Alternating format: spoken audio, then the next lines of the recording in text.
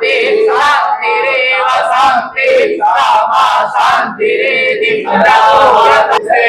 रंगै सुशोभावो ब्रह्मसे देवैतं जनायो सतमेन्नु सरदो हन्ति देव यत्रास्य काशरसन्तनो नाम पुत्रासो जन पितरो भवन्ति मानो मयाैर्विदावं शान्ति शान्तिरेव शान्ति सामा शान्तिरेधि यतो यथा समीहसे ततो नो अयं गुरु प्रजायो वयन्ना। इस वक्त मैं इन जागी के शिव मंदिर पर मौजूद हूँ। आपको बता दूं, मेरे पीछे आप देख रहे होंगे तमाम नवाबगंज क्षेत्र के जो संत हैं, जो पुजारी हैं, वो यहाँ पर मौजूद हैं। कार्यक्रम ये है कि जो भाजपा नेता नंद किशोर हैं, उन्होंने इन लोगों का एक सम्मान समारोह यहाँ पे किया है, सभी लोगों को सम्मानित किया है यहाँ पर। तो तमाम यहाँ पर जो संत लोग हैं उनसे भी थोड़ी बात करते हैं। महाराज जी, जानना चाहूंगा, आज भाजपा नेता नंद किशोर जी ने आप लोगों को सम्मानित किया है, क्या कहेंगे, किस तरीके से देखते हैं? हम उनको बहुत अच्छा कहेंगे। भगवान उनका सब दिन इसी तरह कल्याण करे और उनको सुख समृद्धि दे, जिससे हम ब्राह्मणों का सब दिन उनके द्वारा सम्मान होता रहे। ये आपको लग रहा है अगर किसी काम की शुरुआत की जाए और संत लोगों से अगर शुरुआत हो रही है तो अच्छी, उसका रिजल्ट भी अच्छा होगा? बहुत अच्छा होगा, बहुत अच्छा होगा, बहुत अच्छा होगा। अच्छा होता है। जो संत समाज ब्राह्मणों का सम्मान करता है, उसके कार्य में हरदम जय जयकारी होती है। ठाकुर जी की कृपा हरदम बरसती है। आप लोगों का आशीर्वाद है उनके साथ? बिल्कुल बराबर आशीर्वाद। हमारे समाज में कोई ना कोई प्रथा कहीं ना कहीं कोई ना कोई शुरू करता है, जिसका आज जो है ये परंपरा पहली बार नवाबगंज ईंद क्षेत्र में पहली बार नंद किशोर जी ने शुरू की है। इसके लिए बहुत बहुत आभार, साधुवाद। और मैं ये चाहूंगा कि इसी तरह की नई परंपरा, नई पुरानी पे तो हर कोई चलता है, रूढ़वादिता में तो हर कोई चलता है, लेकिन आज आपने एक नई परंपरा डाली है, इसके लिए बार बार आपके लिए साधुवाद जी। इसके अलावा ना होली का त्योहार है, 4 तारीख की होली है, तो चंद्र ग्रहण वाला मामला चल रहा है, उसमें क्लियर नहीं हो पा रहा है कि कब होलिका दहन होगी, कब पूजा होगी, तो थोड़ा विस्तार से बता दीजिए। ये ब्राह्मणों के द्वारा निर्णय हो गया है, हमारे पंडित जी हैं वो आपको इस बारे में। महाराज, कल नवाबगंज के गणमान्य व्यक्तियों की, विद्वानों की, पुजारियों की और पुरोहित ब्राह्मणों की एक सभा संपन्न हुई थी राधा कृष्ण मंदिर में मध्याह्न काल में, और उसमें सभी लोग उपस्थित थे, सभी की दलीलें सुनी गई, पत्रकार महोदय भी उपस्थित थे।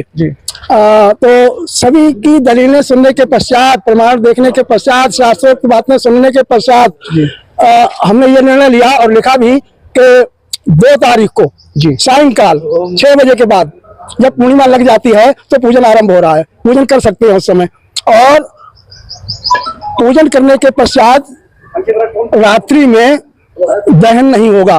3 तारीख में भी, क्योंकि 2 पक्ष हो गए थे, 2 तारीख वाले और 3 तारीख वाले, और दोनों पक्षों के जो प्रमाण थे वो मजबूत थे, एक उदया तिथि से और एक तिथि के द्वारा। नहीं महाराज जी, 3 तारीख को क्या शुभ कार्य होंगे? हाँ बिल्कुल, 3 तारीख को 7 बजे के बाद, 3 तारीख को 7 बजे के बाद भी पूजन शुभ है। 7 बजे के बाद यानी शाम के 7 बजे, शाम के 7 बजे यानी 3 मार्च को शाम के 7 बजे के बाद वो शुभ कार्य हो सकते हैं। और 2 तारीख को भी, 2 तारीख को बताया था टाइम, हमने समय बताया था 7 तारीख से पहले का जो समय है, 7 बजे से पहले का समय है, उस समय क्या रंग वगैरह या खुशी का जो भी कार्य है वो कर सकते हैं?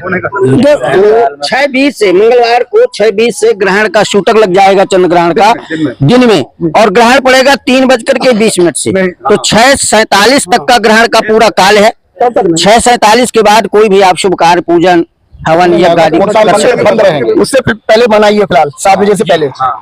इससे पहले आप कल मंदिर सुबह जो है 6 बजे से मंदिर सब पूर्णतः बंद हो जाएंगे, शाम के 6:47 तक 7 बज जाएंगे, कोई कार्य नहीं हो। 7 बजे के बाद आप पूजन करिए, आप इसके बाद होली का पूजन करिए, इसके बाद जो है आप सब कुछ करिए, आपके घर के जो कार्य है वो सब, यानी 7 बजे के बाद में कल शुभ कार्य होंगे शुरू। और जो 3 तारीख का निर्णय लिया गया था वह यहाँ के लोकाचारों के आधार देखते हुए हम लोगों ने उसका निर्णय लिया था। कोई शास्त्र सम्मत नहीं, लोकाचारों के आधार से, और शास्त्र का भी उसमें सम्मत है। महाराज जी, जो होलिका दहन होगा वो तो 4 को सुबह ही होगा? सुबह होगा, वो सुबह होगा। आखिर जो है वो जो है 4 को ही पड़ेगी, यहाँ के अनुसार लोक परंपरा। जी। हमारे साथ में मौजूद है एडवोकेट नंद किशोर। आपको बता दूं, नवाबगंज के शिव मंदिर पर हम लोग मौजूद हैं और यहाँ पर संतों के सम्मान का कार्यक्रम रखा गया। तो मेरे साथ में नंद किशोर जी हैं। मैं आपसे जानना चाह रहा हूँ, आपने संतों का सम्मान किया है, क्या सोच के किया है? संतों का सम्मान करना एक गौरव की बात है सनातन धर्म में, और आज होली के पर्व से पहले किया गया है। इसमें सभी नवाबगंज तहसील के संत थे, पुजारी थे जो मंदिरों में हैं, उनका स्वागत संस्कार किया गया है होली के उस नहीं, ये पहली बार देखा जा रहा है कि यहाँ पे एकजुट सारे संत जो नवाबगंज क्षेत्र के सब इकट्ठे हुए और उनका किसी राजनीतिक व्यक्ति ने सम्मान किया है। तो मन में कोई प्लान था या कुछ सोच के, या क्या मनसा क्या थी इसके पीछे?